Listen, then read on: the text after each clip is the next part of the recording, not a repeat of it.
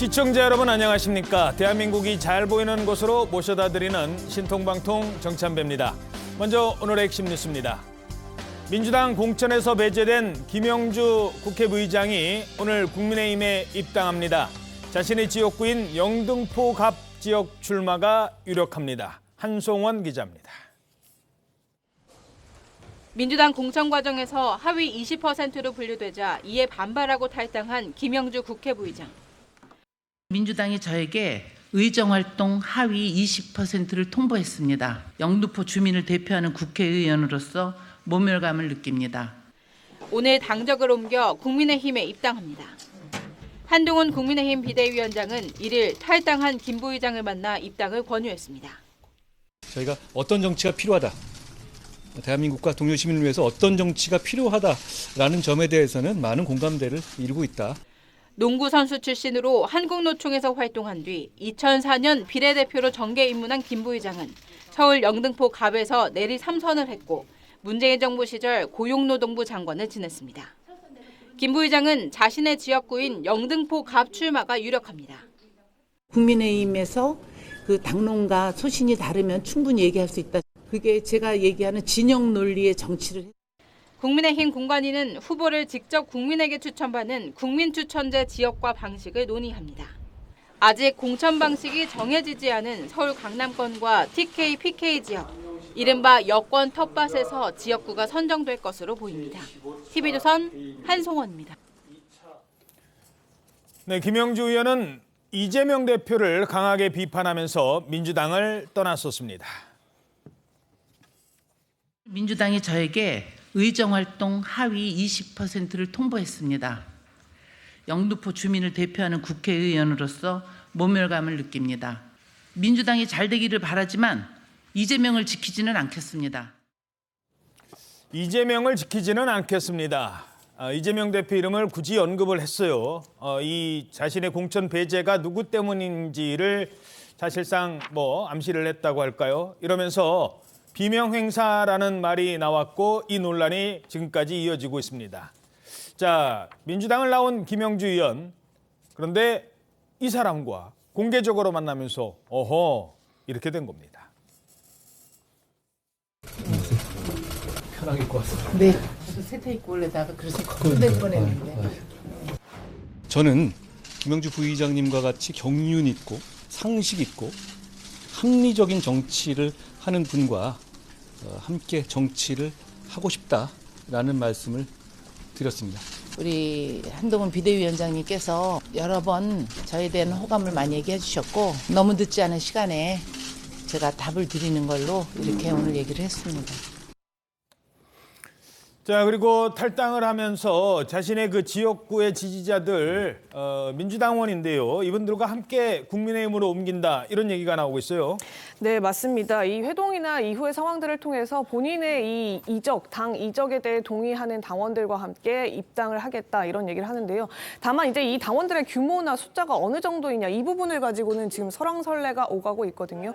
한 언론 보도를 통해서 1,500명 가량 된다 이런 얘기가 나오니까 예. 민주당 서울시당에서 강하게 반발하면서 그런 숫자는 나온 적이 없다 이렇게 해명하는 등 각종 해프닝도 벌여지고 있고요.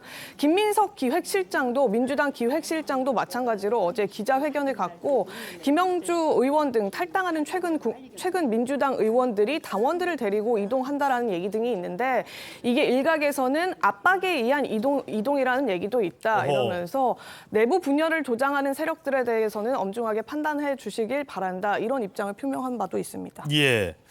자, 김민석 의원 발언은 잠시 뒤에 짚어보고 김영주 의원이 국민의힘 입당에는 이런 평가가 나오고 있습니다. 조선일보 3면입니다. 자, 과거 YS 때 김영삼 정부 때 좌우 모든 것처럼 좌우를 다 모은 것처럼 국민의힘에서 이번에 이념 스펙트럼을 넓히고 있다. YS 때도 좌우를 모았었는데 이번에도 좌우를 모으는 것 같다라면서 지난해 말이었죠. 오선 중진의 이상민 의원, 민주당에서 쭉 활동했던 이상민 의원을 시작으로 운동권 출신의 함은경 씨 그리고 김경률 비대위원까지 영입을 하면서 스펙트럼을 넓히고 있다라는 평가가 나오고 있습니다. 자, 일단 최병묵 의원님, 과거에 김영삼 정부 때와 비슷하다는 게 어떤 얘기를 하는 거죠?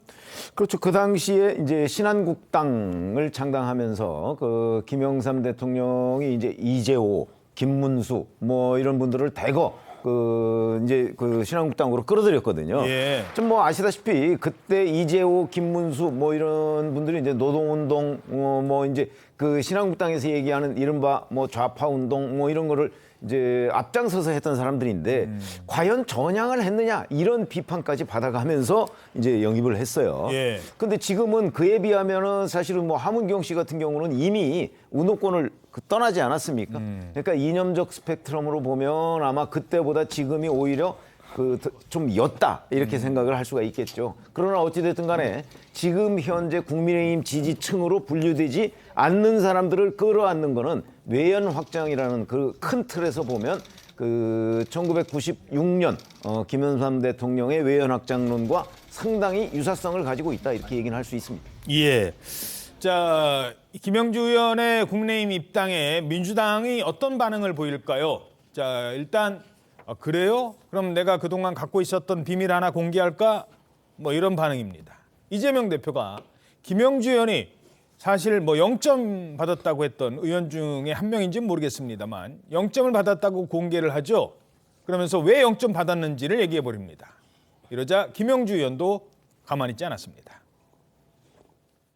공직자 윤리 항목이 50점이 만점인데 채용 비리 부분에 대해서 소명을 하지 못하셨기 때문에 50점을 감점하는 바람에 0점 처리됐다고 합니다. 설사 내가 그런 일이 없다고 말씀 아까 드렸지만 설사 있었어도 19대 20대에 일어났던 일을 지금에 와서 마치 내가 채용 비리가 있어 빵점 줬다 하는 저는 이재명 대표님의 참 마음이 다급하시다 하는 걸. 예. 자, 뭐 지금 이재명 대표가 했던 내용이 일단 어떤 내용입니까? 예, 이 이재명 대표가 언급했던 김영주 부의장의 채용 비리 같은 경우에는요, 지난 2014년에 신한은행 신입사원 채용 과정에서 자신의 지역구 구의원인 한 A 씨의 자녀를 채용해 줄 것을 김영주 의원 등에게 청탁했다 이런 내용입니다. 당시에 김 의원뿐만이 아니고 복수의 의원들이 정무위원회 소속이었는데 그 소속 의원들을 상대로 자녀 채용 로비를 벌였는데 김 부의장이 당시에 연루가 됐었던 거다 이런 얘기인데요. 그 민주당이 지적하고 있는 그 비리 항목, 그러니까 결격 사유, 의원의 그 결격 사유 가운데에는 채용 비리도 있기 때문에 이 부분에서 김 부의장이 결국에는 제대로 소명을 이뤄내지 못해서 50점 만점에 0점 처리를 받았다. 이 부분을 이 대표가 어제 기자들과 만난 자리에서 직접적으로 공개를 한 겁니다. 그러자 김 부의장이 바로 저렇게 기자회견을 열어서 해명을 했는데요. 2014년 일이라고요. 예, 그러니까 이미 지난 19대와 20대 국회 당시에 본인을 검증하던 당시의 검증위와 당시의 공관위에서는 이 문제에 대해서 문제가 없다고 했었고 그 당시에 재판 판결에서도 관련된 혐의는 드러나지 못해서 결국에는 본인이 검찰 조사 자체도 받은 바가 없었는데 과거의 일을 가지고 이번 공천에서 후보로서 자격이 안 된다 이렇게 얘기를 하는 것은 맞지 않는다 이러면서 강하게 반발하기도 했습니다. 2014년 있었던 정무위 소속 때 일 때문에 0점 받았다라고 이재명 대표가 공개를 해버리잖아요. 자, 이러자 한동훈 위원장도 가만히 있지 않았습니다. 김영주가 0점이면 이재명은 들어보시죠. 김영주가 0점이면 혹시 이재명은 마이너스 한 200점쯤 되나요? 김영주 같은 합리적으로 이고 상식적인 의정 활동을 성실하게 해온 사람들을 모욕 줘서 내쫓은 다음에 그 자리를 자기를 경호할 만한 아첨꾼들과 경기도 무연합, 통진당의 후신 이런 사람들로 채우는 것. 이게 이재명 대표의 목표였고 아까 제가 네. 자, 이 상황 어떻게 보십니까?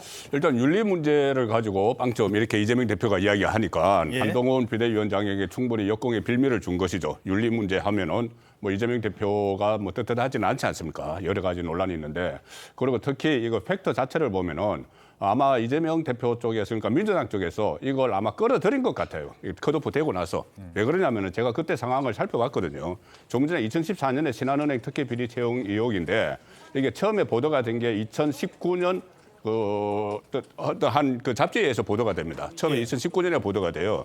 그다음에 2020년에 한 번 더 보도가 되거든요. 그럼 2019년에 보도가 됐으면은 2020년 총선 때 공천이 있었어요. 그때 민주당이 소속이었는데 예. 그럼 2019년에 일어날 일은 2020년에 문제를 삼았어야죠. 그런데 그때 그냥 아무 그 문제도 없이 지나갔고 이때 정무위에서 혼자 그 거론이 된 게 아니고 지금 국민의힘 계열 소속 2명의 의원이 더 있습니다. 근데 2명의 의원도 아무 문제 없이 지금 다시 한 사람은 공천을 받았어요. 국민의힘에서도. 예. 그렇다면은 지금 그 김영주 의원이 이야기했던 대로 경찰이랑 검찰에서 그런 보도가 있었지만은 아마 이 별 혐의가 없다고 해서 그냥 넘어갔던 문제 같아요. 어허. 근데 그거를 지금 2019년이면은 2020년에 걸러졌어야 되는데 그걸 지금 다시 끌고 나오는 것은 제가 볼 때는 이것 때문에 어떤 하위 20%에 든 것이라기보다는 이 논란이 일어나고 국민의힘으로 간다고 하니까는 아마 이걸 다시 한번 덜쳐보니 과거에 그런 일이 있었구나 해서 이재명 대표에게 보고를 해서 이재명 대표가 이야기한 것이 아닌가 그런 합리적인 의심이 됩니다. 흠집내기다. 일종의 흠집내기고 그리고 명분 줄이기죠. 예. 아니 왜냐하면 이번에 이제 당에서 소명을 김명주 부의장한테 요청을 했어요. 그러니까 김명주 부의장이 전혀 근거 없다 이렇게 얘기를 했다는 거거든요. 예. 그러면 근거 없다는 걸 이제 당에서 그거 못 믿겠어 이러고서 하위 20% 줬다는 얘기밖에 안 되잖아요. 이재명 대표 설명을 그대로 들으면. 재판이 열린 것도 아니고. 재판이 열린 거 아니 재판뿐만이 기소가 안 아니고 됐는데. 수사도 한 적이 없어요. 자 그렇다면 그럼 거기에 비하면 이재명 대표는요. 이재명 대표 수사 다 했어요. 그래서 이재명 대표는 근데 수사해서 재판받는 중에 지금 본인이 사실무근이라고 얘기하는 거 아니겠어요? 기소가 됐죠. 기소까지 되고 재판까지 받는데 사실무근이라고 얘기하고 김영주 부의장은 수사도 안 되고 이번 소명 요청에 근거 없습니다라고 얘기를 했어요. 자 그러면 누가 더 0점을 받아야 되고 누가 마이너스 200점을 받아야 되느냐. 그래서 제가 보기에는 이재명 대표가 지금 그 수사를 통해서 재판을 받고 있는 입장에서 김영주 전 부의장의 비위 의혹에 대해서 얘기를 한다는 자체가 어불성설이다 이렇게 생각합니다. 예. 자, 그렇다면 김영주 부의장이 당의 간판을 어찌됐든 바꿔서 출마를 한다는 곳이 원래 본인의 지역구잖아요. 승산이 있을까? 자, 먼저 상대 후보가 있기 때문에 그래픽 먼저 보시겠습니다.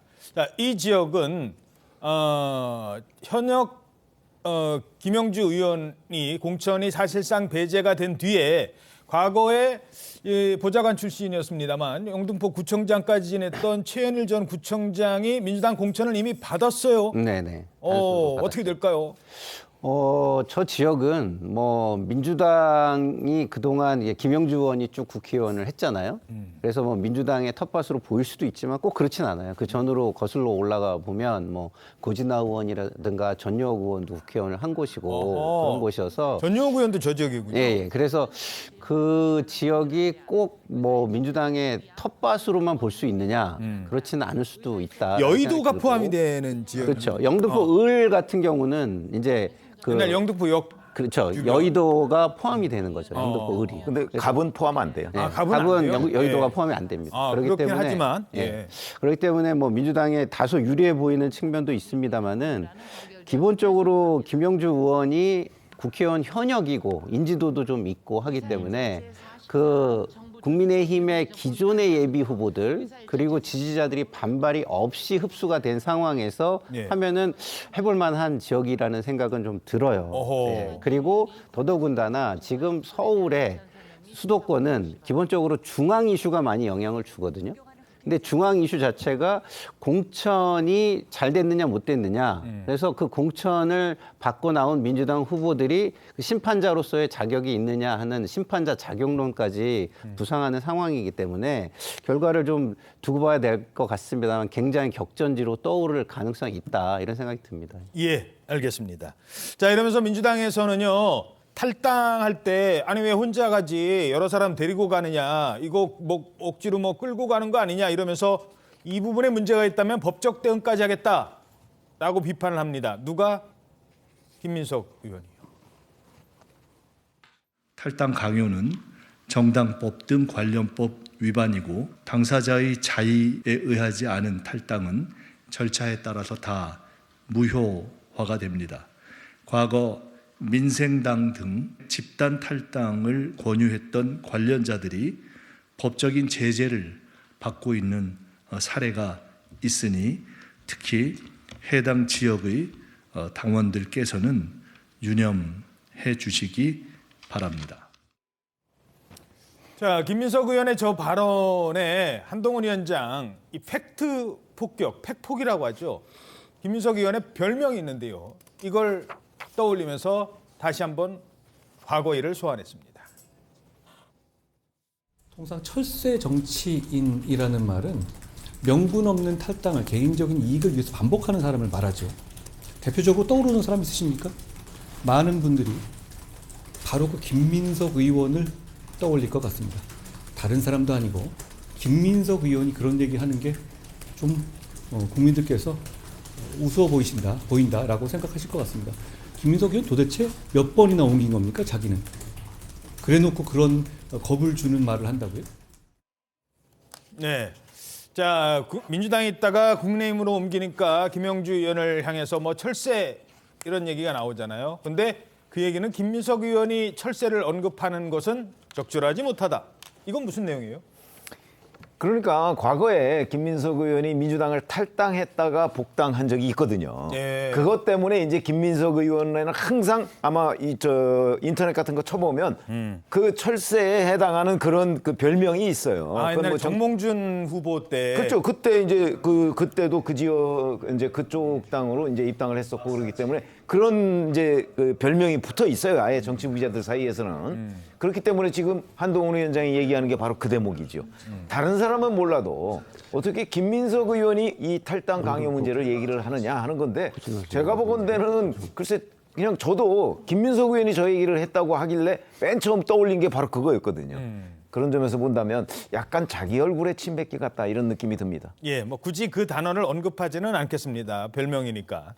하지만 한동훈 위원장의 팩폭을 받았다라는 얘기까지 전해드리죠. 자, 이런 가운데 여기가 어떻게 될지 모른다는 얘기가 나오고 있어요. 지난 주말에 민주당이 이재명 대표 단수공천했잖아요. 인천 계양을. 그런데 명룡대전이 성사가 됩니다. 그동안에는 이재명 대표가 상당히 앞서 있다라는 보도들이 많이 있었는데 물론 여론조사이긴 합니다만 그게 어떻게 될지 모른다는 얘기입니다. 자, 명룡대전 성사. 여기는 과거 원희룡 전 장관이 그렇게까지 얘기했던 이 말이 드디어 성사가 된 겁니다. 자, 이재명 대표 민주당 간판 걸고 붙읍시다. 그런데 이 현 정부에 참여하시는 분들은 도박을 좋아하는 것 같습니다. 뭘 자꾸 도박을 합니까?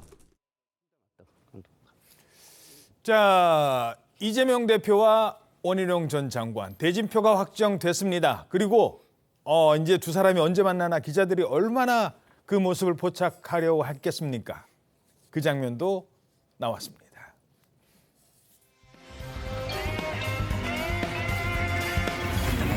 결국 오셨군요.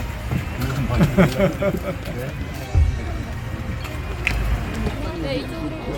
예배 같이 드리겠습니다. 네.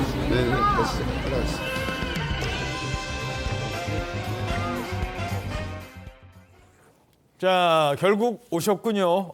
무슨 말인지 이 장면 어떻게 분석하시겠습니까? 그러니까 한간에서는 이제 이재명 대표가 인천 계양을에 예비 후보로 등록을 하지 않았잖아요. 예. 그런 문제 때문에 아니 도대체 출마할 생각이 있는 거야? 뭐 이러다가 결국 비례대표로 가는 것 아니야? 뭐 이런 추측들이 있었어요.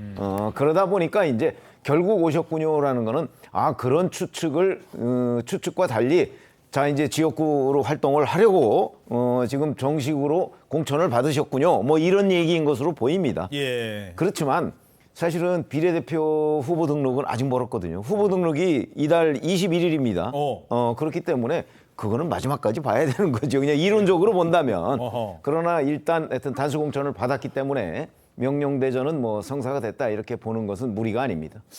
그러니까 아직도 비례대표를 봐야 된다라는 말씀은 또 어떻게 될지 모른다는 말씀이신 거예요? 아니 이제 그 가능성은 정말 조금은 있다는 거죠. 정말 조금은 있다. 있다는 건데 예. 일단 뭐 그건 배제하고 생각하는 것이 맞는 거죠. 예.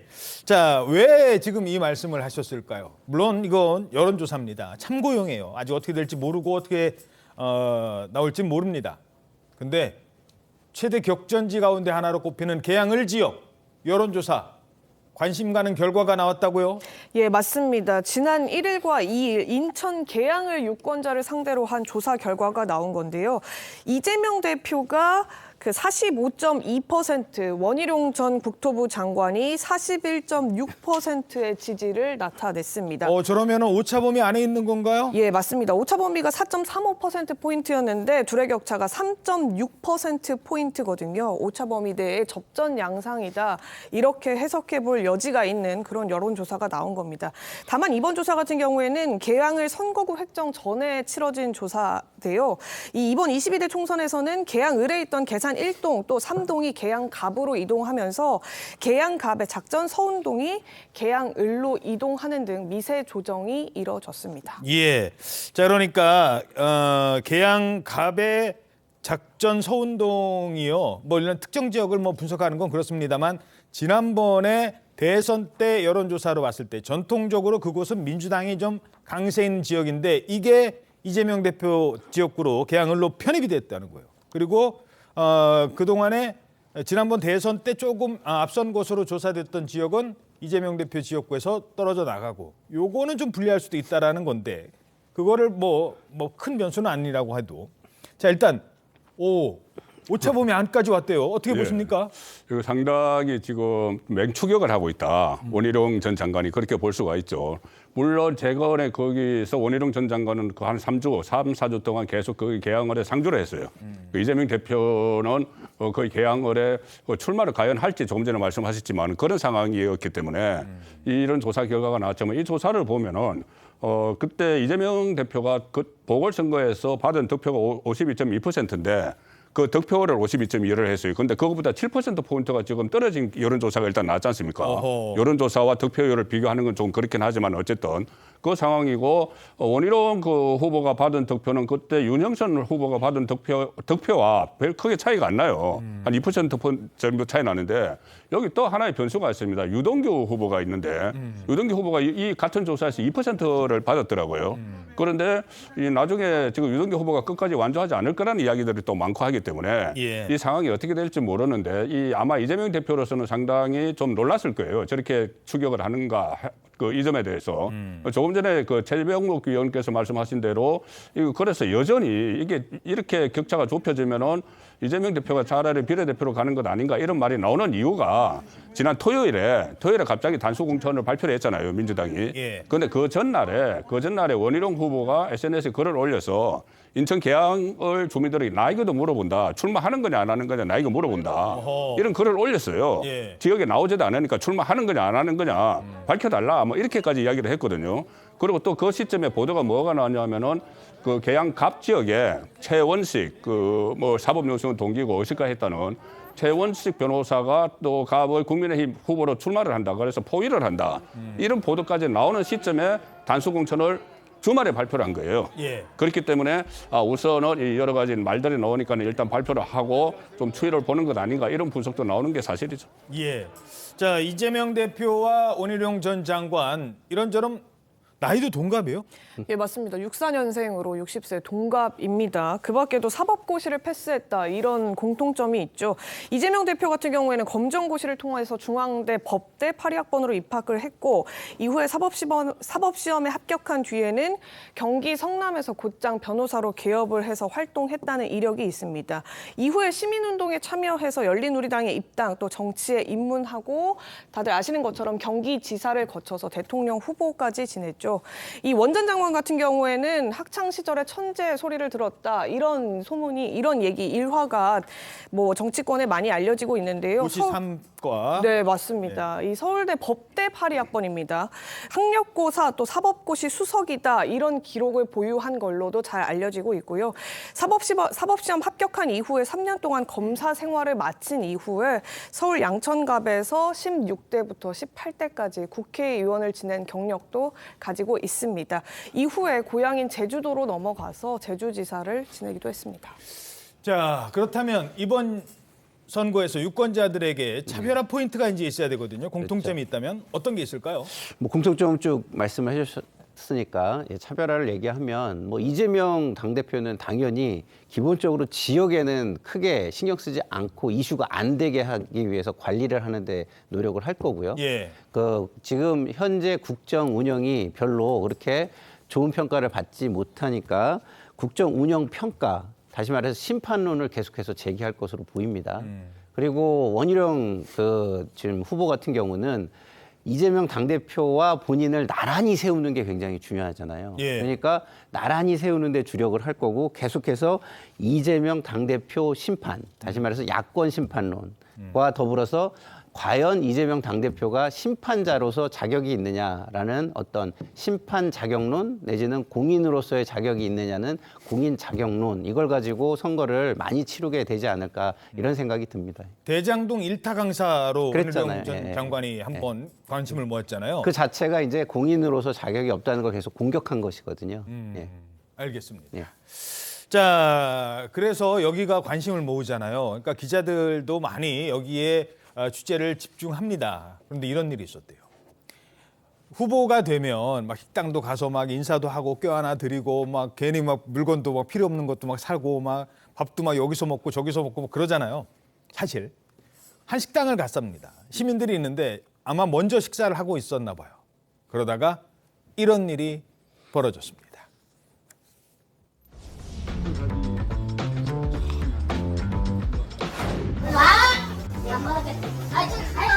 아이고 알겠습니다.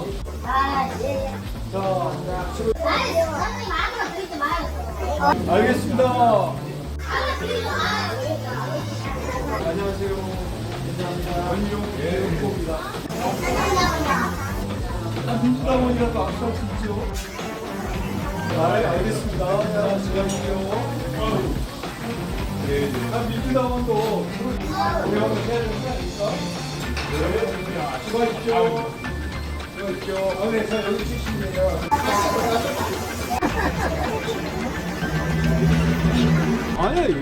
아니, 저는 그렇게 개의치 않습니다. 네. 지역구 유세를 들으면서 뭐 좋은 말만 이렇게 다니면서 들을 수는 없겠습니다만 대처도 어떻게 하느냐도 중요하고 어떻게 보셨습니까? 원희룡 전 장관은 이제 3선을 했잖아요. 그러니까 예를 들어서 3선한 지역이 서울 양천갑인데 양천갑에 뭐 본인이 100% 얻은 거 아니잖아요. 아마 돌아다니면서 저런 경험들이 굉장히 많을 거고요. 그러니까 대처법도 지금 뭐 아주 유연하게 대처하잖아요. 뭐 악수는 할 수 있는 건 아니냐. 그리고 아이고 고맙습니다. 뭐 이렇게 얘기를 하잖아요. 그것처럼 저런 일들은 대단히 많고 저거보다 훨씬 험한 반응을 받을 때도 대단히 많습니다. 제가 과거에 강창희 전 국회의장한테 들은 얘기인데 예. 악수를 하려고 손을 내밀었을 때 거기에 침을 뱉는 사람도 있다는 거 아니에요. 옛날엔 그런 정도. 옛날이 아니고 아마 지금도 어딘가에는 있을 텐데 저런 일은 정치권에서 흔히 있는 일이다. 저런 것들을 다 극복하고 그런데 당선은 누가 될지 그런 것들이 중요한 거죠. 예, 그렇군요. 참. 근데 하나만 더 아까 이제 말씀을 하셨습니다만 저렇게 원희룡 전 장관이 치고 올라오면 뭐 현재까지 추세가 그렇습니다. 어느 정도 치고 올라오는지는 오차 범위 안에 있기 때문에 몰라요. 그럼 이재명 대표는 한동훈 위원장 오늘부터 이제 전국 순회 나갑니다. 전국 순회 격전지를 중심으로. 근데 이재명 대표는 전국 순회를 가려고 하는데 아이고 이거 내 지역구가 내 코가 석자인 경우가 발생해서는 안 되는 거잖아요. 이재명 대표 입장에서는. 그렇죠. 그래서 과연 이재명 대표가 완주를 할 수 있을 것인가. 그리고 또 그러니까 개항을해서 완주를 할 수 있을 것인가. 그거 외에 또 3월에 그 재판이 집중적으로 열린다고 지금 보도가 나오고 있어요. 주 3회 재판이. 그것도 연기 안 해주나요? 연기를 안 해준다고 지금 법원에서 해서 주 3회 재판을 나가야 됩니다. 그렇군요. 나가야 되고 당 안에서 대책 회의도 해야 되고 여의도 그럼 서초동 갔다가 개항 갔다가 이렇게 해야 되는데 과연 그것을 다 뭐 소화를 할 수 있을까 그런 그 부분도 있고 또 하나는 이렇게 계속 개항을에 묵혀 있으면은 나중에 8월달에 바로 당 대표 경선 또 있어요. 당권 경쟁이 있습니다. 그럼 본인이 공천을 했어도 공천한 지역에 가서 힘이 돼줘야 되는데 과연 그런 여력이 있을 것인가? 그런 부분에 대해서는 이재명 대표도 하나의 딜레마가 될 겁니다. 예. 원희룡 전 장관이 만만치가 않거든요. 지금까지 5번 해서 오전 5승이에요. 그 민주당 계열가의 경선에서는 본선에서는 그 전에 제주도에서 2번, 양천갑에서 3번을 이겼잖아요. 예. 한 번도 진 적이 없어요. 아하. 민주당 후보에게는 당내 경선에서 뭐 대선 후보 경선에서 지고 했는데 그 민주당과는 한 번도 진 적이 없기 때문에 조금 전에 그런 모습들도 상당히 유연하게 넘기지 않습니까? 그래서 이재명 대표로서는 아마 막판 마지막 고심은 있을 것 같습니다. 예. 알겠습니다. 자, 오늘 아침에 SNS에 올라온 글이 지금 화제가 되고 있습니다. 이게 무슨 말일까? 임종석 전 비서실장 얘기입니다. 아주 크고 굵은 글씨로 SNS에 이런 입장을 밝혔습니다. 자, 당의 결정을 수용합니다. 어떤 의미인지 지금부터 살펴보도록 하겠습니다. 자, 일단 지난 금요일입니다. 오늘 아침까지 임 전 실장을 둘러싸고 벌어진 일들 지금 나오네요. 당의 결정을 수용합니다. 임종석 실장이 오늘 아침에 올렸어요. 당의 결정을 수용한다는 게 무슨 얘기일까? 자, 먼저 민주당 지도부는요, 지난 금요일 밤에 심야 밤늦게 최고위원회의를 소집합니다. 여기서 한쪽은 우르르 떨어졌고 한쪽은 우르르 공천을 받습니다. 한밤중에. 임종석 전 실장 공천 관련해서는 따로 네, 없었습니다. 오늘은 최고위원회 안건으로 올라오는 지역구에 관한 이야기에 한정되어 있다고 보시면 되겠습니다. 자, 결국 공천은 재심을 요구했습니다만 받아들이지 않았어요. 공천 파동이 걷잡을 수 없이 커지자 이쯤 되니까 그러니까 우리한테 오라고 하면서 움직인 사람이 있어요. 새로운 미래 이낙연 공동대표입니다. 오늘 아침 신문까지만 해도 이런 전망을 했어요. 이낙연 전 대표, 지금 대표죠. 전 민주당 대표가 주말 동안 임종석 전 실장을 만납니다. 홍영표 30 의원과도 연쇄적으로 접촉을 했다는 겁니다. 야, 그러면 이제 새로운 미래로 가는 건가? 이렇게 얘기를 하는 찰나 오늘 아침에 임종석 전 실장, 다시 한번 그 그래픽 보실까요? 일단 결론부터 보시죠. 해석은 잠시 뒤에 하겠습니다. 임종석 전 실장, 당의 결정을 수용합니다. 일단 이낙연 대표랑 임종석 실장이랑 만난 거예요? 예, 컷오프 이후에 두 사람이 한 차례 통화했다 이런 사실이 먼저 알려진 바가 있었죠. 그러고서 지난 2일, 그러니까 토요일 날 오전에 두 사람이 만난 사실을 이낙연 대표 측에서 이낙연 대표가 직접 확인을 해줬습니다. 오호. 임종석 실장의 요청으로 만났고 이 자리에서 탈당이나 공천 문제 등이 오갔다 이런 얘기들이 이제 주변 사람들 관계자로부터 전해지는 이제 취재 내용이었는데요. 그 당시의 대화 내용 등을 종합해 보면 이 임 실장이 컷오프 결정이 재심 신청조차도 기각되면서 최고위에서 논의조차 되지 않았다. 이런 사실이 전해진 이후에 본인의 거취 문제를 둘러싸고 이 대표와 깊은 논의를 했다고 합니다. 그 과정에 민주당을 탈당해서 새로운 미래에 입당해 광주에서 출마하는 방안까지도 논의가 됐었고 이 과정에서 이 대표가 본인이 먼저 나서기로 했던 광주 출마 자체를 양보할 수도 있다. 그리고 새로운 미래 대표직을 제안할 수도 있고 이외에 임 실장의 고향인 전남 장흥에서의 출마까지는 그럼 어떻겠느냐 이런 식의 제안까지도 있었던 걸로 알려지고 있습니다. 어허. 그래서 그 직후에 그 두 사람의 만남이 있었던 직후에 이낙연 대표가 그날 어제 오후로 예정됐던 그 기자회견, 광주 출마 기자회견도 갑자기 또 연기됐죠. 연기하겠다 이 얘기를 그 전날인 토요일 날 두 사람이 만난 직후에 기자들에게 알렸었거든요. 그만큼 상황이 꽤 긴박하게 돌아갔고 적어도 이 대표 쪽에서는 임 실장이 가시적인 뭔가 움직임을 보였고 반응을 보였다라고 인지를 하고 있었던 것 같아요. 어허. 그게 구체적으로는 민주당을 탈당한다는 거고 더 넓게 나가가면 새미래로 입당할 수 있는 개연성까지도 봤다. 이게 새미래 쪽의 입장이거든요. 그래서 이번 주까지 상황을 지켜보고 임 실장이 얘기한 바로는 어제 최종적으로 이제 결심을 하겠다. 이제 어제까지는, 그러니까 일요일까지는 최종 결심을 내리겠다. 이런 얘기를 이 대표 쪽에 전달을 한 걸로 확인은 어제 됐었습니다. 자, 그런데 오늘 아침에 반전이 생기는 거예요. 자, 다시 한번 임종석 전 실장 오늘 아침에 올린 글 보시죠. 야, 당의 결정을 수용한다네요. 네, 전격적으로 결국에는 저 뜻은 탈당을 하지 않겠다는 뜻이다. 이런 설명을 이제 임 실장 쪽에서 하고 있는데요. 오늘 아침에 통화를 해보니까 윤석열 정권을 심판하는 방향에 있어서 과연 어떤 방향이 더 옳을 것인가에 대한 판단이 이번 결정에 영향을 미친 것이다. 이렇게 이렇게 설명을 했습니다. 어허. 그러면서 당에서 이제 향후의 선거, 총선 국면 또 총선 이후의 상황에서 본인이 어떤 역할을 하게 될지 더 구체적인 방안에 대해서는 좀 더 고민을 해보겠다 이렇게 얘기를 했는데요. 문재인 전 대통령과도 소통이 있었던 것 같고요. 야권의 주요 인사들과도 소통을 한 끝에 내려진 결정이다 이렇게 얘기를 하고 있습니다. 민주당 어제 비공개 최고위가 어제도 당사에서 밤 늦게까지 있었거든요. 11시 반까지 있었는데 이 자리에서도 임 실장 거취 문제에 대한 논의가 있었다고 해요. 임 실장이 이제 탈당을 뭐 아주 깊게 고민하고 있다라는 내부 이제 보고들이 올라오다 보니까 이 대표와 뭐 최고 지도부, 고위 지도부 안에서도 임 실장의 탈당을 말려야 한다 이런 얘기가 있었다라고 어제 최고위 비공개 회의에서까지도 있었다라고 지금 전해지고요. 그 과정에서 임 실장에게 직접적 또 간접적으로 이런 이 대표의 의중이 담긴 메시지, 탈당을 좀 하지 말아달라, 뭐 고사해달라 이런 취지의 메시지도 전달됐을 개연성도 지금 남아있는 상황입니다. 그렇군요. 만류는 있었을 것이다. 민주당 상황을 누구보다 잘 아시니까요. 야, 이 상황이 어떻게 해석을 해야 되나요? 물론 그럼에도 불구하고 당을 나가겠습니다라고 해석할 수도 있어요. 아직은 당 안 나갑니다라고는 안 했어요. 어떻게 해석하십니까? 근데 전 여러 방송에서 얘기했지만 임종석 실장, 전 실장이 나갈 용기가 있겠느냐 저는 거기에 물음표를 많이 제기를 했었거든요.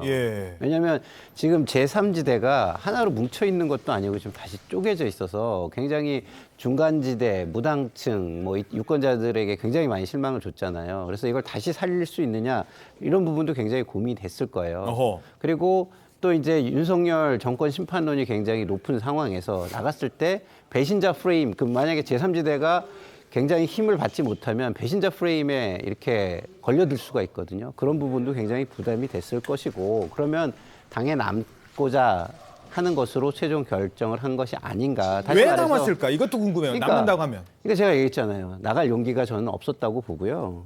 바깥의 상황이 그렇게 지금 좋지 못하다라고 판단한 것이라고 보고 그렇다고 한다면 총선 이후를 좀 보자. 총선 이후? 네, 총선 이후를 좀 보자. 이렇게 판단한 것 같은데 저는 이게 과연 볼 게 그렇게 임종석 전 실장한테 있을까? 만약에 총선에서 승리를 한다, 민주당이. 그러면은 공간은 여전히 열리지 않을 것이고요. 예를 들어서 결과가 좋지 않다 그러면 열릴 수도 있는데 지금 이런 모습들을 보면서 과연 대안으로 이재명 대표의 반대되는 대안으로 떠오를 수 있을까? 그 부분도 저는 좀 의심이 듭니다. 어떻게 분석하십니까? 아니 그러니까 그 민주당 결정을 받아들인다 이것은 한번 재고해달라고 요청을 했고 그것을 그 이재명 대표가 일축을 했고 그다음에 이 주말까지 결정을 하겠다고 해서 이렇게 이야기를 한 것은 결정 받아들인 것은 잔류선언으로 봐야 되거든요. 잔류선언으로 봐야 되는데 아마 주말 사이에 여러 가지 긴박하게 움직였던 것 같아요. 임종석, 이낙연 사이뿐이 아니라 양산의 문재인 전 대통령까지 해서 결국은 임종석 전 실장 입장에서는 정통 민주당을 지키자, 그러니까 당내 투쟁을 하자로 바뀐 것 같아요. 그러니까 당외나 밖으로 나가느냐 아니면 당내에서 있느냐, 당내에서 원래 본인들이 주인이니까 찾아오느냐 이것을 하다가 당내 투쟁으로 바뀌었는데 바뀐 과정은 저는 좀 해석이 됩니다. 왜냐하면은 지금 친문 진영이 완전히 괴멸될 걸로 봤는데 그렇지 않거든요. 최근에 들어서 최근 공천에서 문재인 정부 청와대에서 근무를 했던 사람이 한 5명이 생활을 했어요. 고민정, 윤건영, 진성준, 한병도, 김영배 이렇게 5명이 생활을 했거든요. 개멸되지가 않았어요. 그렇다면은 이런 모든 상황을 감안을 하면은 친문 입장에서는 이게 또 완전히 총선이 끝나고 나면 상황이 확 바뀔 수가 있습니다. 총선 끝나고 만약에 이재명 대표가 패배를 한다면은 그때는 바로 비대위가 결성이 되겠죠. 그러면은 지금 당에 남아 있으니까 친문이 일정 세력이 남아 있으니 그것을 중심으로 당권을 다시 찾아갈 수 있다. 그리고 비대위 후에 8월 달 되면 전당대회가 있으니까 한 몇 차례 어떤 고비가 있는 거예요. 그 시점에 당권을 찾아올 수 있다는 이 최종 판단을 내린 게 아닌가 싶습니다.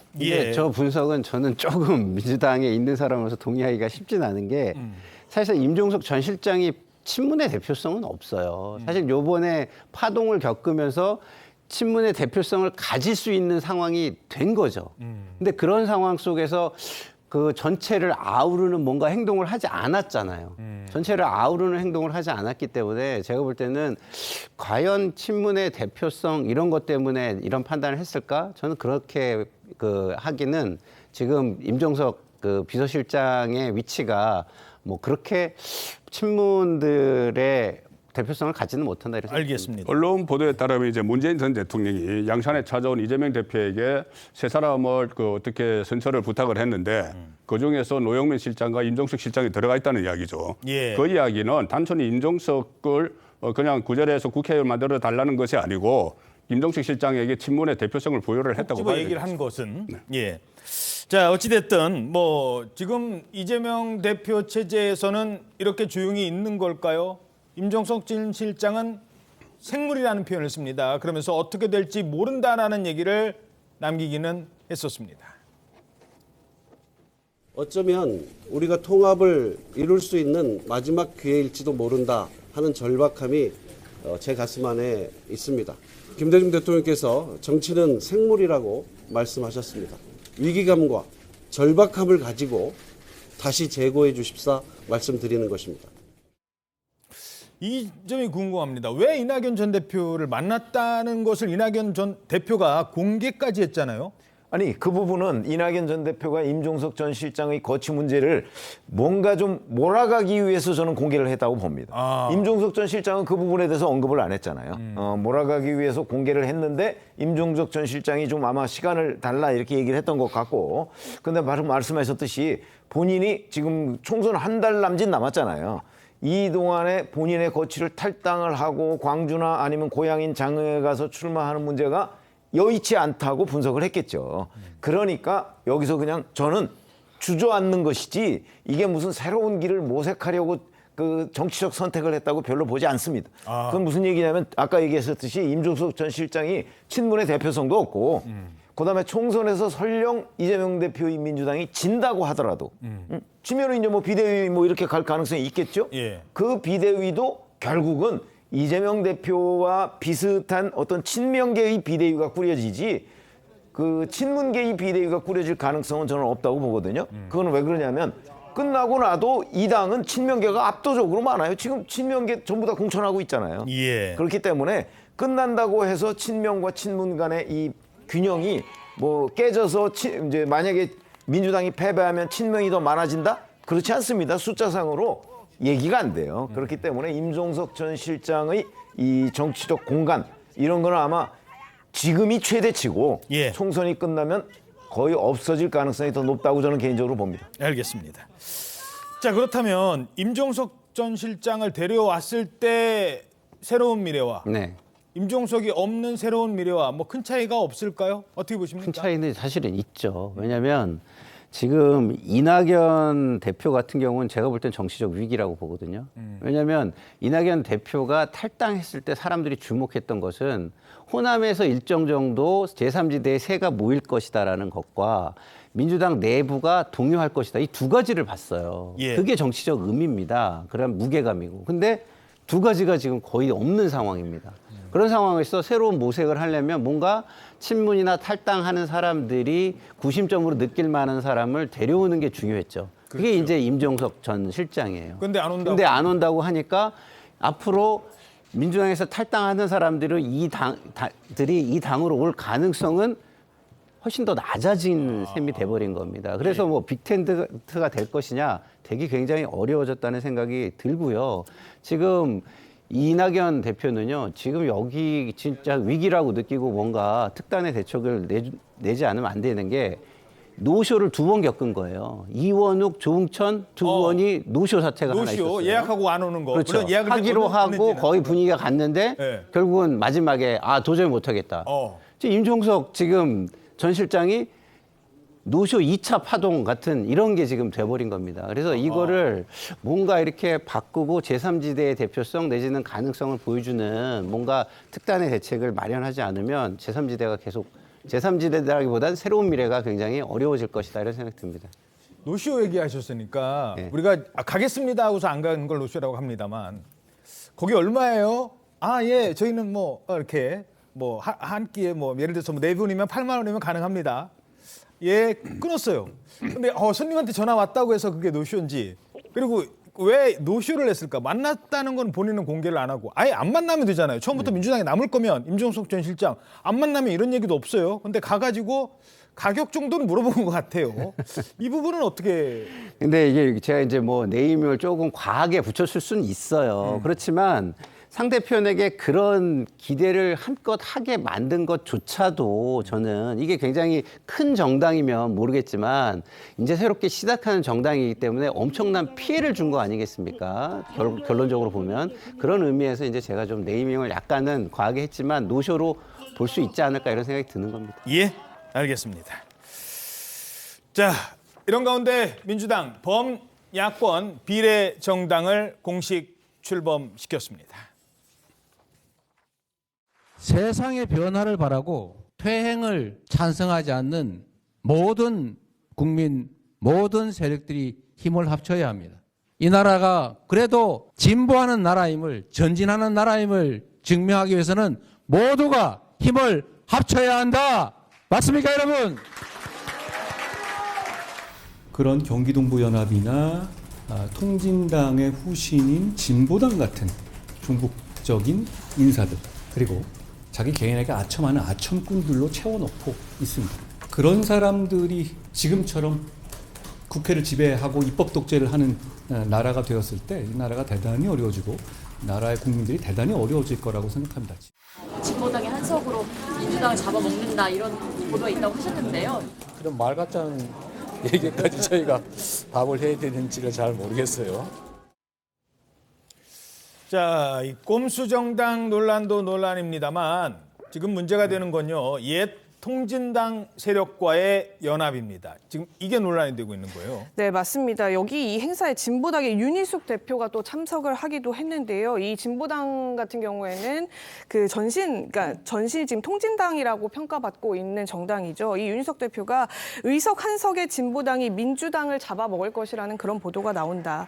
잠재력을 크게 평가해 주시는 것에는 감사드리고 이 진보당이 수권 정당이 될 수 있도록 더 노력하겠다. 이런 얘기를 공개 발언으로 해서 또 논란이 불거진 바도 있습니다. 수권 정당이 되겠다. 네, 그러면서 이 비례제 고수를 결정한 이 대표와 비례연합 필요성까지도 재차 주장을 했는데 지금 이 비례연합이 비례 후보들을 이제 통합해서 내고 지역구 후보는 또 별도로 각 재정당들과 민주당이 합의를 해서 단일화하는 후보를 내겠다 이렇게 합의를 한 상황이기 때문에 일각에서는 진보당 출신 의원들의 원내 입성을 민주당이 오히려 도와주게 된 셈 아니냐 이런 얘기까지도 지금 나오고 있어서 논란이 되고 있는 상황입니다. 자, 이게 이제 경기동부연합부터 좀 말씀을 좀 드려야 될 것도 같아요. 저는 잘 모르겠습니다. 뭐 거기까지 말씀을 해주셔야지 시청자분들이 이해하기가 편하실 것 같은데 좀 이 흐름을 좀 설명을 해주세요. 이게 상당히 지금 위험한 것이 이재명 대표가 일단 한 10명, 비례대표 한 10명을 진보당을 비롯해서 또 진보 쪽에 급진적인 진보 쪽의 사람들을 끌어들이기로 했잖아요. 그런데 예. 진보당은 사실상 통진당의 후신이에요. 통진당은 그때 헌재에 의해서 해산됐죠. 그렇죠. 이석기 그 의원의 내란 업무 사건. 그래서 지금 이 통진당이 사실 통진당이 후신인데 왜 진보당은 후신이라고 이야기를 안 하느냐 하면은 이 정당법으로 해산된 정당의 유상 강령을 가진 정당은 만들 수가 없어요. 그러니까 본인들이 후신이 아니라고 하는데 인적 구성은 그대로 다 후신입니다. 그러면 저 진보당 또 연합정치시민회의, 이거 새진보연합 여기는 친북 단체들도 많이 있고 또 어떤 뭐 괴담을 퍼뜨리는 단체들이 많은데 이 사람이 최소한 지금 10명 정도는 올 수 있다는 거거든요. 더 올 수 있어요. 70몇 군데서 민주당과 진보당이 뭐 후보 단일화를 한다고 했기 때문에 몇 명까지 올 수 있어요, 최대? 그러니까 지역에서는 그렇게 많이 이 후보 단일화가 안 되겠지만 울산 북구는 지금 어차피 민주당이 양보를 하기로 했기 때문에 예. 비례대표 10명과 아니면 지역구 1명은 거의 확정이 된 상황이에요. 10명을 20분 안에 넣을 테니까는 만약에 물론 그 정당 투표에서 그대로 안 되면 그보다 숫자가 작을 수가 있지만 예. 이게 얼마나 위험하냐면은 그 전에 21대 국회에서 시민사회단체에서 한 10명 정도 넣었는데 민주당이 그때는 유미양 의원이나 양의원 의원 이렇게 해서 상당히 논란이 있었죠. 그렇죠. 국가 정체성하고는 관련 없는 문제였어요. 국가 정체성과 관련 없는 문제인데 지금은 이 세력이 만약에 진출을 하게 되면은 만약에 이 사람들이 국방위도 가려고 할 테고 정보위도 가려고 할 테고 아니면 행안위도 가려고 할 테고 이러면 상당히 좀 위험하지 않나. 그리고 가장 큰 문제는 저는 이게 그러면은 비례대표 그 민주당 그 비례대표 정당을 투표를 하는 유권자들이 과연 이 안에 20명 정도가 된다고 하면 10명 정도가 이 급진적인 이 진보 성향의 단체에 대해서 추천한 사람들인데 유권자가 그걸 알고 과연 그 투표를 할까? 그냥 이재명의 민주당 아니면 과거 DJ 노무현 때부터 좋은 민주당 거기에 대해서 정당 투표를 하는 경우가 더 많지 않을까? 만약 그렇게 했는데 절반 정도가 실제는 민주당이 아니고 다른 세력에게 그 의석이 돌아간다는 걸 이 유권자들이 어느 정도는 알고 투표를 할까? 그런 문제는 저는 상당히 걱정을 하는 상황입니다. 지금 말씀하신 부분 중에 지난번에 윤미향 의원이 비례대표로 들어가서 나중에 국회의원까지 된 거를 그 위안부 할머니들이 나중에 알으신 분들이 많기 때문에 문제 제기를 한 거잖아요. 국회의원 된 다음에. 그렇죠. 예. 그러니까 그때도 이 시민사회단체가 10명을 추천을 했어요. 그런데 그 앞순위 1번부터 10번까지를 시민사회단체가 추천한 사람을 공천을 했습니다. 그러니 정당에서 추천하는 사람은 어느 정도 검증이 돼요. 검증이 되는데 시민사회단체에서 별다른 검증 없이 들어왔기 때문에 그게 그때 논란이 됐고 나중에 그 윤미향 의원이 뭐 국회로 간다는 것을 그 할머니들에게 전혀 그 이야기를 하지 않았고 할머니들은 몰랐다는 게 나중에 드러났잖아요. 그 상황이기 때문에 지금은 그런데 그때는 어떤 뭐 윤미향 의원의 개인의 배임 문제 뭐 이런 게 논란이었지만 지금은 그것을 뛰어넘어서 그렇죠. 국가 국가의 정체성까지 정체성. 흔들 수가 있다는 이야기입니다. 그런데 수권 정당이 되겠다고 합니다. 어떻게 보십니까? 뭐 수권 정당이라는 건 이제 본인들의 뭐 일종의 선전선동전일 수 있겠죠. 뭐 수권 정당이 예를 들어서 10석 가지고 수권 정당이 될 수는 있겠습니까? 그러나 다만 이제 이재명 대표가 결국은 그 이른바 종북 논란을 불러일으킬 수 있는 사람들, 소위 이석기 전 의원의 후예들을 이런 식으로 그 어떤 제도권 정치로 그 공간을 이렇게 열어줬다는 부분에 관해서는 저는 충분히 국민적 평가를 받아야 된다고 보거든요. 예. 저게 또 이럴 수도 있어요. 당선권이 아니라도 사실은 그 밑에 순번, 그게 바로 지난번에 김의겸 의원 같은 경우 아니겠어요. 당선이 일단 되고 나서 위에 사퇴하면 그 밑에 순번으로 내려가요. 그럼 유권자들은 그 밑에 순번은 관심도 안 갖다가 결국은 나중에 그 사람이 국회의원 배지를 달고 뭐 3년이나 뭐 이렇게 하는 것을 봐야 되는 상황이거든요. 그렇기 때문에 이 위험성은 다른 그 비례정당이나 이런 데의 위험성과는 좀 다르게 지금 얘기하신 정체성의 문제예요. 그렇기 때문에 이런 부분은 아마 국민의힘에서 충분히 이 위험성을 국민들한테 알리고 평가를 받도록 하는 것이 중요하다 이렇게 생각합니다. 그런데 이게 중도층의 표심이 중요하거든요. 그렇죠. 네. 과연 이게 민주당에게 도움이 될까? 민주당에 계신 분은 어떻게 보십니까? 그러니까 지금 이번 선거는 중도층 민심이 제일 중요하거든요. 왜냐하면 이미 양극단 내지는 강성 지지층 이쪽은 전부 다 집결이 됐어요. 거기에 뭐 그 미동도 하지 않을 정도로 집결이 돼 있기 때문에 중도층이 중요한 건데 이거는 이제 중도층에게 소구되는 공격 포인트를 국민의힘이 하나 갖게 되는 상황이 되는 것이죠. 그리고 민주당의 지지층 내지는 비판적으로 우호적인 감정을 가졌던 사람들도 이해하기가 좀 어려운 거예요. 왜냐하면 우리들이 볼 때 너무 먼 데 있는 극단이잖아요. 그러면은 당내 이견이나 갈등은 포용하거나 통합을 못하면서 극단은 통합하겠다는 말이 얘기가 되겠습니까? 설득이 되겠습니까? 그래서 굉장히 좀 실망하는 사람도 나올 수 있고 중도층이 등을 돌릴 가능성이 높다 이런 것 때문에 총선에는 그리 도움이 되지 않는 공격 포인트가 될 것으로 전망을 합니다. 예.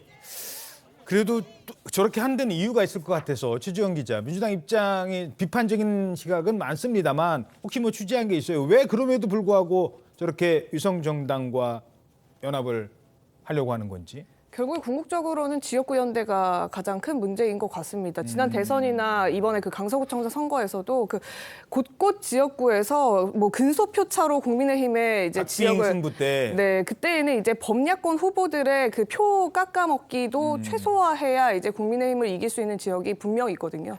그러니까 그 부분에서 후보 단일화를 해서 국민의힘을 상대로 더 이길 수 있는 지역을 많이 만들자라는 주의고요. 실제로도 지금 진보당이 그러니까 전국 지역 지역구 한 80곳에 후보를 내려고 지금 하고 있다고 해요. 그러니까 예. 그 80곳 지역구에 일일이 다 끝까지 정주행하는 범야 후보가 2명이 동시에 정주행을 하게 된다면 그 몇천 표, 몇백 표 차이로 국민의힘의 있다. 지역을 내줘야 하는 상황들이 초래될 가능성도 있기 때문에 그 부분을 가장 크게 고려한 걸로 보입니다. 자, 그런데 여기에 좀 보태면은요. 예. 뭐 지역구의 뭐 단일화 이런 문제도 있겠지만 위성정당 논란에서 그동안 이제 국민의힘을 되게 위성정당과 관련해서 많이 비판을 했고 여기는 어쩔 수 없는 위성정당이지만 준 위성정당이라고 얘기를 했잖아요. 범야권. 범야권을 다 포괄하는 아우르는. 예, 그런 어떤 명분을 취해야 되기 때문에 정의당은 안 온다고 하고. 예, 다른 정당들이 많아야 되는데 거기에 뭐 기본소득당만 들어오면 기본소득은 이재명 당대표가 외친 구호입니다. 그래서 사실상 뭐 이중대만 포함하는 이런 상황이 되기 때문에 그런 것들을 희석시키기 위해서 여러 정당을 하려고 그랬는데 정의당이 안 오다 보니 예. 진보당까지뿐이 포함을 지금 못하고 있는 상황인 거죠. 알겠습니다. 자, 그렇다면 이 정당은 어떨까요? 이 정당도 포용을 할까요? 민주당의 그 논란이 되는 위성정당이 공식 출범하던 그 시간에 이 정당도 창당을 합니다. 이름하여 조국혁신당. 저는 지난 5년간 무관지옥 속에 갇혀 있었습니다. 온 가족이 도륙되는 상황을 견뎌야 했습니다. 민주공화국의 가치를 파괴하는 윤석열 정권의 역주행을 더 이상 지켜볼 수가 없었습니다. 저 조국, 이 모든 마음을 받아 안으며 조국혁신당의 당대표직을 기꺼이 수행하도록 하겠습니다. 당대표직을 기꺼이 수용한다고 했네요. 네, 당원들의 만장일치 찬성으로 당대표에 추대되는 일이 어제 일어났습니다. 지금 보신 것처럼 조국 대표는 수락 연설을 통해서 지난 5년 동안 무관지옥에 갇혀 있었다. 온 가족이 도륙되는 상황을 견뎌야만 했다. 이런 상황을 전하면서요. 피와 땀으로 지켜온 민주공화국의 가치를 파괴하는 윤석열 정부의 역주행, 더는 지켜볼 수 없었다. 이런 소회를 밝히기도 했습니다. 그러면서 윤석열 검찰 독재 정권을 하루빨리 종식시켜야 하는 소명이 본인에게 있다. 이런 얘기도 했는데요. 그 과정에서 저는 이 대목이 눈길을 좀 끌었는데 어떤 거요? 정치권과 보수 언론에서 조국의 강을 얘기하고 있다. 그런데 동지 여러분들에게 묻겠다. 지금 대한민국의 앞길을 가로막고 있는 방해물이 조국이냐, 민주 세력의 앞길을 가로막고 있는 강이 과연 조국인 거냐, 이렇게 되묻는 멘트가 있었거든요. 윤석열 강을 건너야 된다. 네, 그러면서 이제 검찰 독재의 강이 더 문제고 윤석열의 강이 더 문제다, 이런 말을 하기도 했습니다. 예. 자, 근데 저 자리에요. 민주당의 조정식 사무총장이 참석을 했다는 겁니다. 이러면서 조정식 사무총장이 바쁜 시간에 왜 저기까지 갔을까 궁금할 거 아니에요. 기자들이 물어봤습니다. 이재명 대표 아직이라는 표현이 맞는지는 모르겠습니다만 이렇게 말을 합니다. 모든 세력이 힘을 합칠 때라고 하셨는데요. 조국혁신당도 오늘 창당대회를 했는데 연대 가능성. 보시는 것처럼 원내 정당 중심으로 시민사회 세력까지 함께 하고 있기 때문에 이 기조는 그대로 유지될 가능성이 많습니다. 자, 쉽게 말해서 우리는 다 모을 사람 모았습니다. 문 닫았습니다. 어떻게 될까요? 저 말대로 갈까요? 일단 양쪽 다 서로에 대해서 별로 어떤 연대를 할 필요성을 느끼지 못할 것 같아요. 일단 지금 조금 전에 말씀하신 대로 이재명 대표 쪽에서는 이미 다 모았고 조국 신당과 연대를 하면은 부담이 생깁니다. 오히려 또 중도층을 또 이야기를 해야 되잖아요. 그런데 조국 대표죠. 조국 대표 입장에서는 지금 민주당보다 더 센 진보 정당을 지향을 하거든요. 민주당하고 비슷하면 안 돼요. 더 세야 돼요. 그때 2020년 총선 때 열린민주당처럼 더불어시민당보다 더 센 민주당을 지향을 했지 않습니까? 더 센 민주당을 지향을 해서 그 지지층을 끌어모아야 되는 상황에서 이재명 대표와 연대는 생각하지 않을 것이고 더 센 민주당을 지향한다는 게 지금 당 색깔에서도 본인들이 이야기했잖아요. 강조의 하늘, 그다음에 천지, 로고는 천지. 비슷해요, 색깔. 예, 민주당하고 색깔이 비슷한데 그 색깔은 파란색은 뭐냐면은 인이블루라고 문재인 전 대통령 색깔이에요. 이재명 대표의 색깔이라기보다는 실제로 조국 대표는 처음에 총선 출마를 이야기할 때 제일 처음에 양산 갔다 와서 처음에 이야기했어요. 지도도 나침반도 없는 길을 가겠다. 그때 처음 이야기했고 예. 또 신당 창당을 하겠다고 마지막에 양산 찾아가서 문재인 대통령에게 이야기를 했고 문재인 전 대통령은 민주당과 같이 못하는 것을 이해한다고 이야기를 했습니다. 예. 그렇다면은 이재명의 민주당과는 조금 결이 다른 노선을 걷고 있는 셈이죠. 알겠습니다. 근데 그 저기에서 양당이 얘기하지 않는 대전제가 하나 있죠. 어떤 거요? 총선 전까지만. 총선 저는 전까지만. 저는 그렇게 생각합니다. 예. 총선 끝나고는 어떻게 될지 모른다. 물론 총선 끝나고 재판도 어떻게 될지는 모릅니다. 예. 근데 또 있어요. 근데 이분은 조국 전 장관은 물론 뭐 2심까지 나왔습니다. 이분은 지금 옥중에 있어요. 근데 또 여기도 정당을 만든답니다. 돈봉투 의혹의 정점으로 꼽히는 물론 아직 재판 첫 재판도 열리지 않았습니다만 민주당 당대표 출신의 송영길 전 대표도 수요일 날 옥중에서 창당하겠다고 예고합니다. 근데 여기 누가 함께 하겠어라는 분도 있을지 모르겠습니다. 옥중에 있으니까 뭐 거기까지는 말씀드려도 되겠죠. 그 정당이 좋은지 안 좋은지는 저도 뭐 모르겠습니다만. 근데 이분이 제가 돕겠습니다. 선거대책위원장으로 나섰다고 합니다. 신당이라고 하니까 난리가 나서 떠드는데 저는 이미 그 지난번에 이 언론에 너무나 저는 많은 예방주사를 맞아가지고 저는 하나 깜짝도 안 해요. 저는 관심도 없고. 근데 이제 제가 보기에 신당이라는 말에 저렇게 길길이 뛰는 거는 무슨 이유가 있지 않을까? 근데 저들이 길길이 뛰는 거 보니까 야 이게 길인갑다라는 생각도 좀 들어 한편으로는. 이게 마음에 걸리지 않으면 왜 이렇게 펄펄 뛰겠어요? 아 이게 이 사람들한테 아킬레스 건일지도 모르겠다. 자, 지금 당 대표 출신 송영길 전 대표는 옥중에 있습니다만 거기서 창당을 합니다. 당명이요.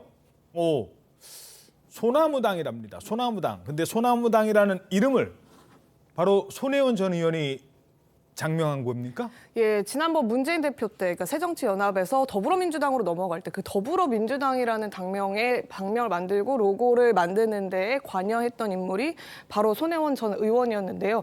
그 당시에도 후보 중에 소나무당이라는 게 있었어요. 그러니까 원래는 민주당이 그 당명을 바꾸고 로고를 바꿀 때 이 소나무당이라는 것도 있어서 기자들이 그 당시에 소나무당이 대체 어떤 취지냐, 그러니까 당명으로 과연 적절한 것이냐 이런 얘기를 우스개처럼 하기도 했었는데 이번에 다시 나오네요. 이걸 다시 보게 될 줄은 몰랐는데 송영길 당의 당명으로 결국에는 채택이 됐습니다. 손 전 의원이 직접 만들었다 이렇게 본인도 SNS를 통해서 밝히고 있고요.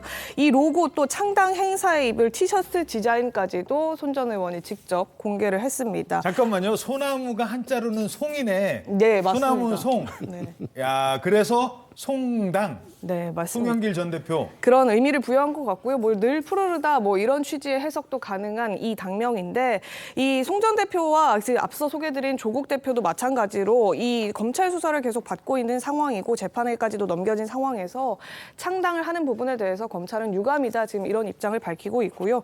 정치 행보를 위해서 보석 청구를 하거나 항소심 실형을 받았는데 정치 활동을 하는 것에 대해서 납득하기 어렵다 이런 입장도 내놨습니다. 예. 논평하시겠습니까? 아니, 안 하셔도 그냥 넘어가도록 예, 하겠습니다. 넘어가셔도 됩니다. 예. 뻔하잖아요. 예. 특별히 논평은 하지 않겠습니다. 자, 다음은 국민의힘 상황입니다. 이 국민의힘도요, 지역구 후보 선정 작업이 마무리 단계로 들어섰습니다. 현역들의 강세 기조가 이어지고 있는데 오늘자 조선일보 3면은 이렇게 분석합니다. 중진 불패. 3선 이상 74%가 공천을 받았다고 합니다. 조용한 공천. 조용한 공천 얘기가 자꾸 나오니까 한동훈 위원장은 이런 얘기를 주장하고 있습니다. 저희는 구조적으로 현역이 그렇게 많이 탈락되기가 쉽지 않은 구조이기도 해요. 다른 이유보다는 워낙 크게 졌기 때문이에요. 그럼에도 불구하고 지금 영남권에서 경선을 붙었을 때 많이 이변이 나타나고 있지 않습니까? 자, 국민의힘 공천 상황 어떻게 평가하십니까? 지금까지. 뭐 중진불패 이건 맞고요. 영남 같은 경우는 이제 주로 초선 의원들이 패배를 했어요. 예. 도전자들한테 패배를 했는데 아마 초선 의원들이 제대로 이제 대처를 못하다가 이제 저런 그 배제를 당한 것으로 보입니다.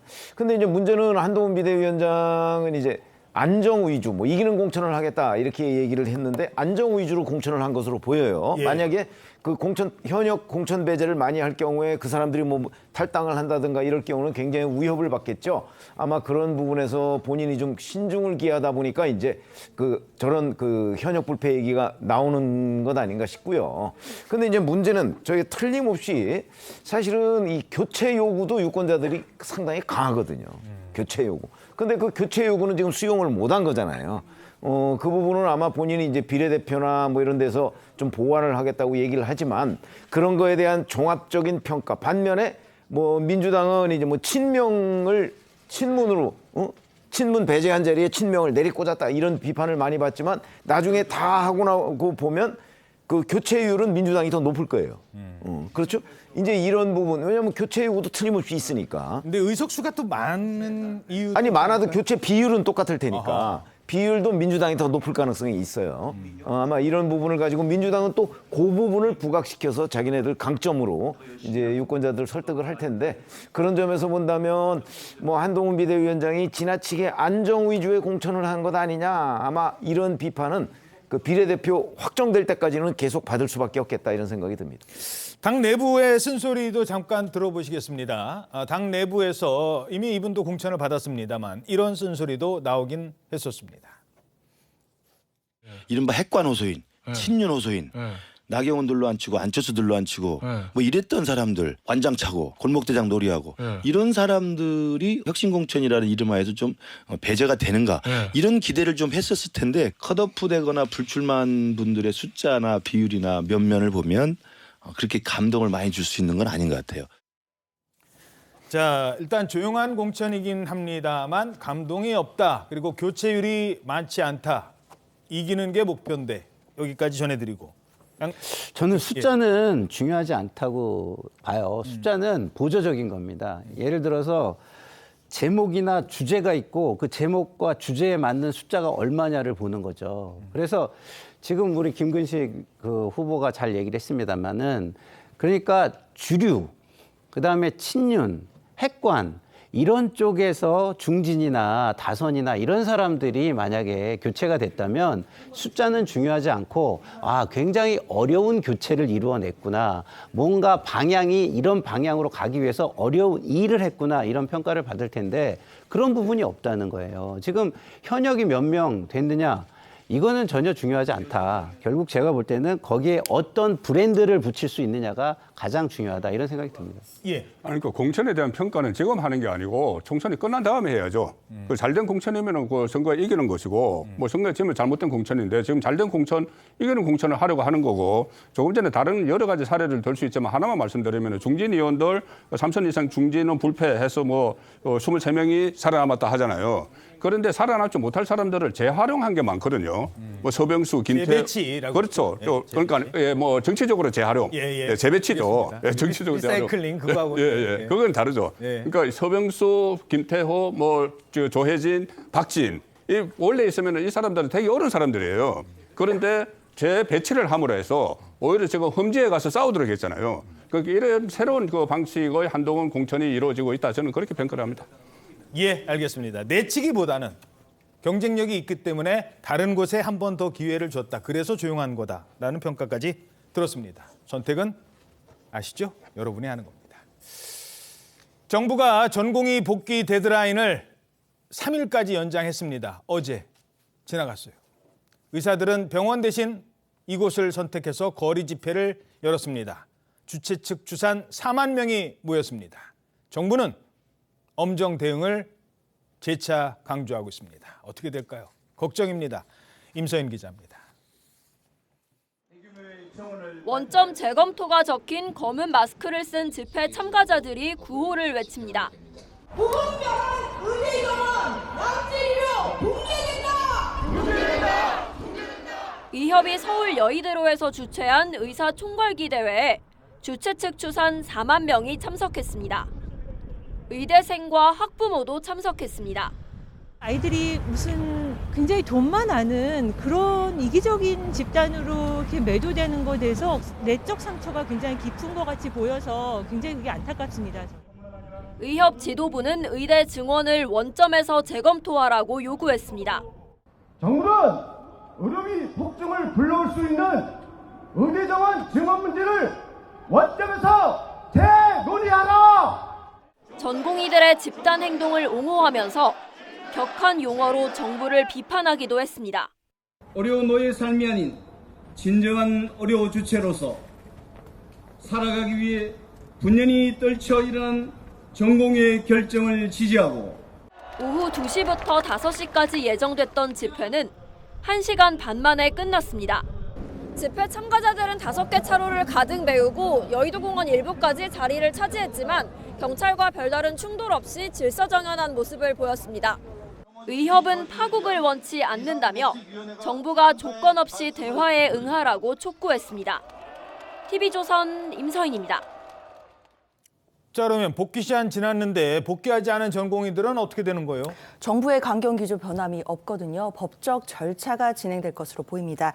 일단 4일부터 행정 처분과 그리고 사법 절차에 들어갈 것으로 보이는데요.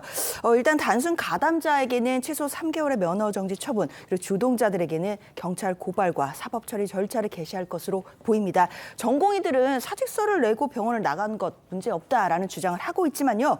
정부의 생각은 다릅니다. 정부 입장에서는 여러 가지 요건들을 갖추지 않았기 때문에 업무 개시 명령의 대상이라는 겁니다. 예. 그렇기 때문에 사법 절차가 시작되는 것이고요. 특히 이제 의견 진술 기회라든지 행정 절차들을 거친 후에는 행정 처분도 시작될 것으로 보입니다. 그렇군요. 행정 처분이라 하면 이제 뭐 정부에서 이런저런 조치가 직접 들어간다는 건데, 근데 의사총괄기에 모인 사람들이 꽤 많아요. 아직까지 주최 측 추산으로 지금 4만 명이거든요. 아까 화면으로도 잠깐 보셨습니다만. 근데 이렇게 많이 모였네라고 했는데, 물론 그중에 일부 있을 것 같다는 얘기예요. 아직 뭐 명확하게 밝혀지진 않습니다. 의사들은 아니라고 하니까 거기까지를 전제로. 이 모인 사람 중에 의사가 아니라 제약회사 영업 직원이 있다. 이건 또 무슨 얘기예요? 지금 말씀하셨던 것처럼 이 부분에 대한 사실관계는 좀 확인을 해봐야 될 것 같은데요. 이 집회 전에 일단 그 온라인에 제약회사 영업사원이라고 하면서 올렸던 글들이 여럿 올라왔습니다. 그러니까 영업 대상인 내과 원장이 의사총궐기에 참석하라고 했다. 그러니까 일단은 제약사 영업사원들과 의사와의 관계는 완벽한 가불관계입니다. 그렇죠. 어떤 약을 쓰는지. 그렇죠. 그렇기 때문에 그래서 그러니까 쉽게 말해서 본인들은 참석을 원치 않았지만 의사들이 참석을 강요했다라는 취지의 내용입니다. 물론 조금 전에 말씀하셨던 것처럼 의사협회에서는 현재까지 부인하고 있는 상황입니다만 이런 것들이 다수 올라오고 이 부분들의 사실 확인이 좀 이루어진다면 이거는 법적으로도 문제될 소지가 있는 그런 사안입니다. 그래요? 법적으로 뭐 변호사시니까 어떤 게 있을까요? 일단은 그 형법상 강요죄라고 있습니다. 그러니까 이제 폭행 또는 협박으로 의무 없는 일을 강요하는 경우, 이거는 뭐 참석할 의무가 없는데 의무 없는 일을 강요한 경우에 정확하게 해당할 수밖에 없기 때문에 이건 뭐 일단은 형법상 강요죄에 해당할 수 있고요. 또 하나는 이제 의료법에서 리베이트를 금지합니다. 그렇죠. 근데 이게 사실상 그에 대한 대가 관계가 인정될 수도 있다. 뭐 이런 소지가 있어서 의료법 위반 문제도 있기 때문에 이 부분은 단순히 이렇다더라 저렇다더라 루머로 끝날 것이 아니라 이거는 수사당국에서 수사를 통해서 정확하게 사실 확인을 해야 할 필요가 있는 그런 사안입니다. 예, 이 가불관계에 있는 제약회사를 집회장으로 오라고 했는지 그 부분은 명확하게 좀 밝혀져야 됩니다만 그런 얘기가 왜 나왔는지 이게 누군가가 이제 폭로를 했기 때문에 아마 조사가 좀 필요해 보입니다. 자, 그런데 결국 환자들의 몫인데 정부가 뭐 어떻게 한답니까? 예산 지원이라도 좀 해주나요? 일단 예비비 1,200억 원을 편성을 해서요. 장기전에 대비를 하고 있습니다. 우리가 이제 예비비라고 하면 예산 중에서 이제 쉽게 말씀드려서 비상금의 성격을 갖는 것인데요. 그렇기 때문에 지금 당직 의료를 하고 있는 의료진들에게 보상을 한다든지 또는 대체 인력을 채용한다든지 공공병원 운영 연장 비용으로 이 예비비를 투입하겠다는 겁니다. 말 그대로 장기전에 대비를 하고 있는 것이라고 보면 되겠는데요. 뿐만 아니라 정부는 공중보건이 150명 그리고 군의관 20명을 일선 병원에 또 긴급 투입을 합니다. 더 나아가서는 지금 마취과 의사들이 부족해서 수술이 미뤄지거나 취소되는 그런 또 대형 병원들이 있거든요. 그렇기 때문에 이런 정부의 지원을 통해서 의원급에서 마취과 의사들을 지원받을 그런 계획까지도 세우고 있다라고 합니다. 예, 알겠습니다. 참 답답한 일들이 계속 이어지고 있습니다. 좀 분위기 좀 바꿔볼까요? 어제요. 야, 일단 그거부터 먼저 볼까요? 저 화면 잠시 뒤에 보여드릴게요. 그 막 사람들이 어제 막 달려간 곳이 있대요. 뭐 백화점에 뭐 명품 뭐 그거 아니에요. 뭐 새로운 신발 나왔느냐. 자, 뛰어가자. 문 열었다. 우와, 저렇게 뛰어가는 거예요. 아니, 백성훈 변호사님, 일단 네. 저분들 어디를 저렇게 열심히 뛰어가는 거예요? 아, 지금 어디 딱 보시면 놀이동산 같죠? 어디 가는 거예요? 네, 놀이동산 같은데 지금 많은 사람들이 저렇게 간절하게 빨리 뛰어가야 할 만한 이유가 있습니다. 곧 아주 소중한 대상이 한국을 떠나기 때문이에요. 한국을 바로 조금 전에 살짝 보였지만 푸바오 이야기입니다. 푸바오. 네, 푸바오가 이제 한국에 있을 날이 얼마 남지 않았고 심지어 사실상 어제가 이제 마지막으로 저렇게 일반인에게 푸바오 공개되는 날이었기 때문에 푸바오 마지막 가는 길은 내가 꼭 봐야겠다. 그래서 지금 보셨던 것처럼 야, 400분이. 네, 오픈런에 400분 대기하고 들어가서 또 기다려야 됩니다. 야. 보기 위해서는. 그럼에도 불구하고 정말 푸바오를 소중하게 생각하는 분들이 정말 많다라는 걸 조금 전에 저희가 본 영상으로 단적으로 알 수 있는 것 같습니다. 야, 가만히 있어봐. 이게 400분이라는 게 시간이잖아요. 400분을. 그렇죠. 엄청나게 새벽부터 새벽 3시부터 와서 기다린 분도 있대요. 자, 그 푸바오. 어제가 마지막이었습니다. 여러분 못 보셨죠? 못 보신 분들이 더 많을 거 아닙니까? 오픈런 하러 간 분보다는. 이 아이의 얘기입니다. 마지막이라도 한번 보시죠. 물론 영상이니까 계속 볼 수 있겠습니다.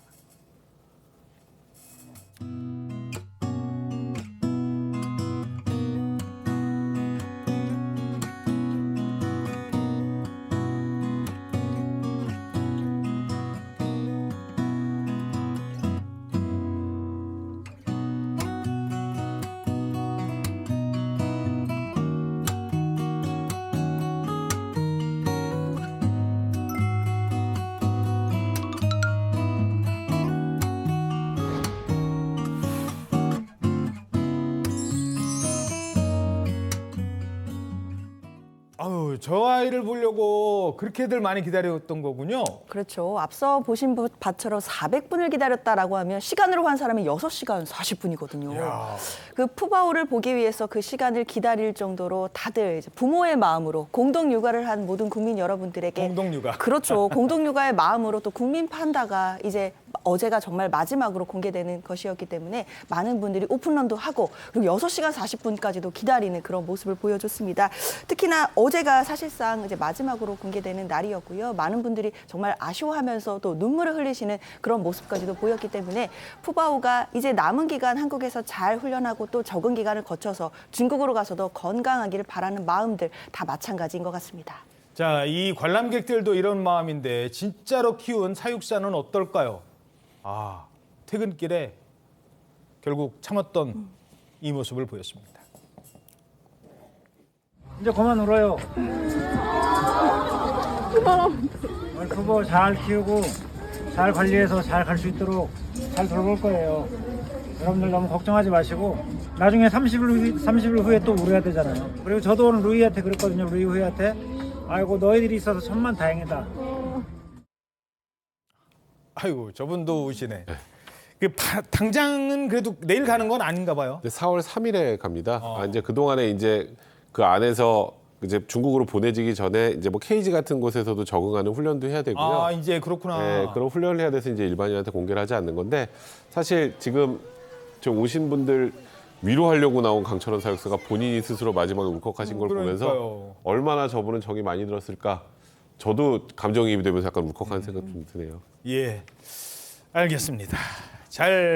동생들 아직 있으니까요. 동생들 또 기호해주면 되겠죠, 뭐. 1분 뒤에 돌아오겠습니다. 네, 신통방통 오늘 순서 여기서 모두 마치겠습니다. 여러분 고맙습니다.